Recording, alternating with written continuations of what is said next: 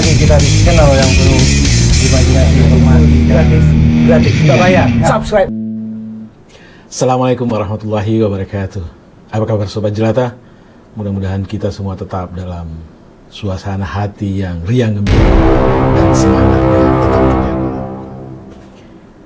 Hari ini Bang Kica ingin berceloteh soal yang ringan saja, tetapi sebenarnya soal ini sangat penting buat kita semua. Dulu kita kenal pepatah yang berbunyi, mulutmu harimaumu yang akan mencabik-cabik tubuhmu. Itu dulu. Barangkali saat ini pepatah tersebut bisa kita ganti bunyinya. Jari-jarimu adalah jerujimu yang akan mengkerangkeng dirimu. Ya, itulah yang Bang Kica mau bawa topik kali ini.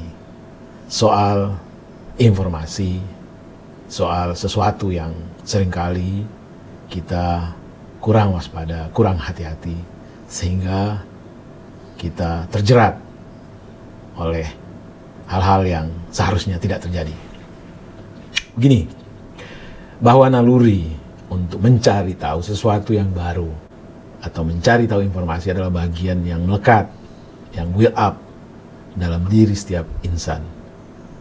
Dan karena naluri inilah yang membuat kehidupan semakin lebih baik, kehidupan semakin lebih mudah.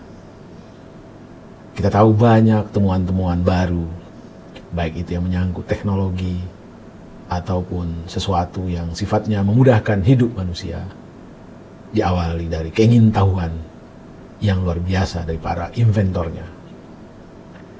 Barangkali juga secara bahasa simbolik, kenapa kita dianugerahi dua mata, kenapa kita dianugerahi dua telinga, maka itu sebagai pertanda atau simbol bahwa memang keinginan untuk mencari itu harus lebih banyak, 2 kali lebih besar ketimbang keinginan untuk berbicara, karena kita hanya dianugerahi 1 mulut.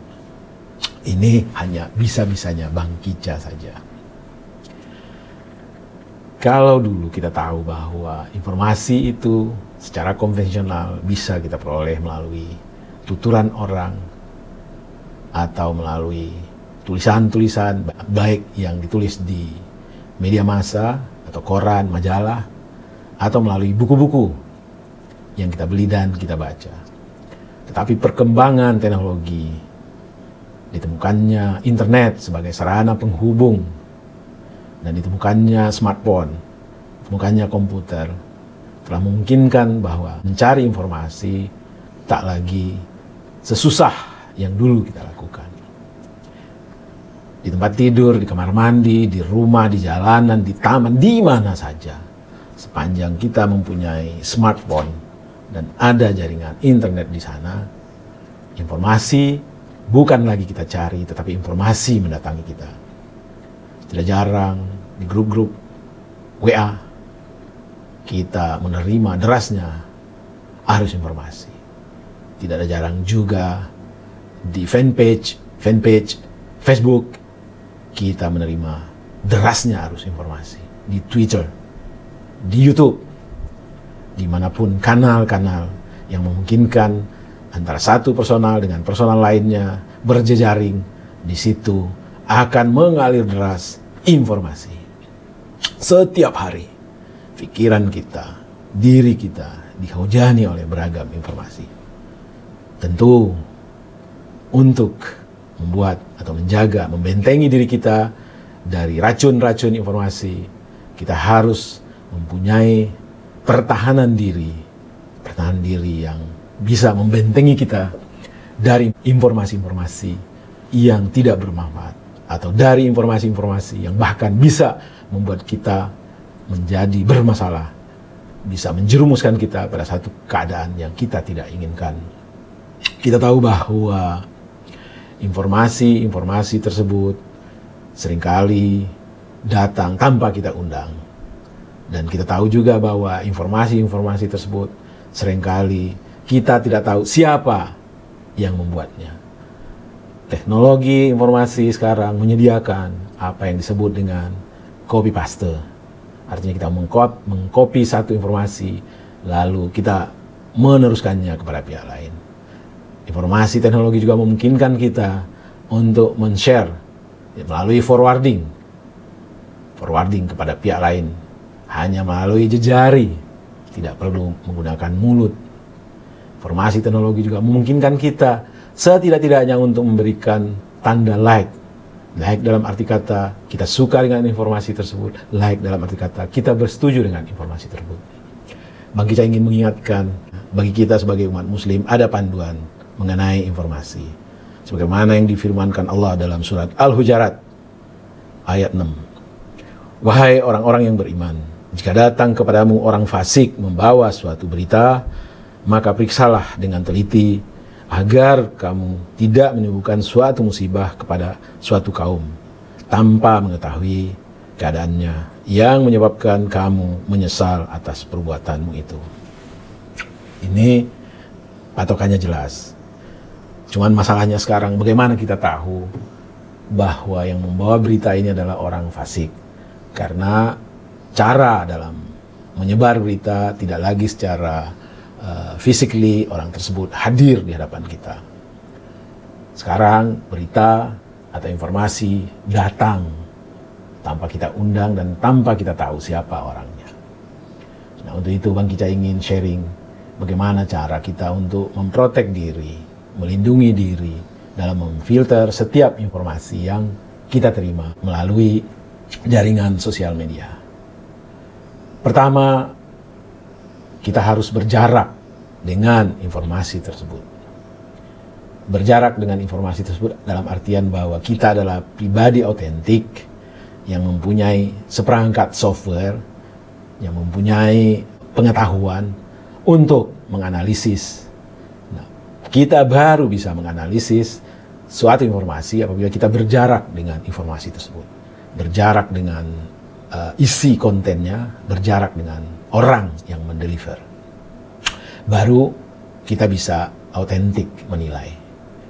Jika misalnya setelah kita cari tahu, kita lihat bahwa orang yang mendeliver informasi tersebut tidak bisa kita yakini bahwa orang tersebut adalah kredibel, setelah kita mungkin mencari tahu jejak digital dari orang tersebut, maka jalan terbijak bagi kita adalah men-skip atau mengabaikan informasi tersebut. Lalu yang kedua, jika informasi tersebut menarik kita atau menarik minat kita, perhatian kita, apapun itu, kita harus mencari tahu dari sumber-sumber lain mengenai informasi yang sama. Lalu mencari kesesuaian-kesesuaian, mencari titik temunya, lalu baru kita meyakini yang mana yang benar.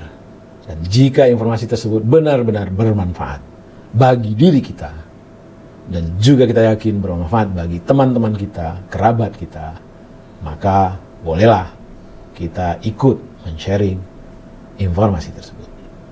Fenomena yang Bang Kicah lihat saat ini adalah banyaknya orang-orang yang terperangkap masuk ke dalam satu, katakanlah kalau di Facebook ada yang namanya fanpage.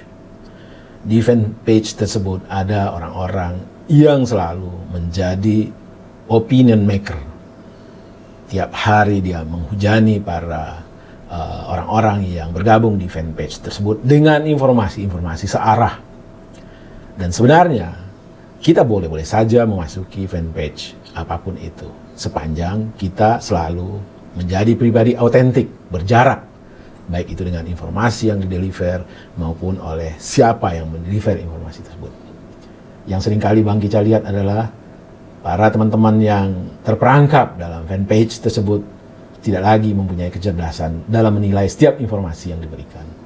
Sebenarnya kalau mau tahu atau kalau mau agak sedikit teliti, hampir dipastikan informasi-informasi yang dideliver di fanpage tersebut selalu searah.